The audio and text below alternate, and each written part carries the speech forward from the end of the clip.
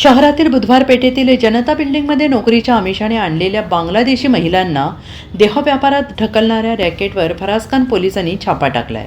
4 महिलांची सुटका करून भोपसिंग राजपूतला अटक केली असून मुल्ला बाबू भैया उर्फ पापा शेख आणि मीनाक्षी मेट्री यांचा शोध सुरू आहे। 5 मार्च संध्याकाळी पोलीस उपायुक्त ऋषिकेश रावळेंच्या सूचनेनुसार वरिष्ठ पीआय प्रशांत भस्मे यांच्या नेतृत्वाखाली कारवाई करण्यात आली। निशा उर्फ डॉली अख्तर, फुलमती बेगम, शिरीना शरीफ आणि लता उर्फ शेलीना या महिलांना धमकावून वेश्या व्यवसायात भाग पाडल्याचे तपासात उघड झाले आहे।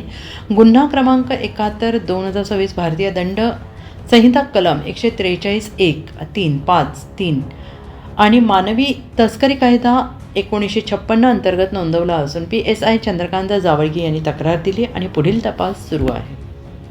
साप्ताहिक पोलीस वॉरंटच्या स्थानिक बातम्या आणि व्हिडिओ नक्की पहा, लाईक करा, शेअर करा, कमेंट करा आणि तुमच्या स्थानिक बातम्यांचे व्हिडिओ आमच्यासोबत शेअर करा।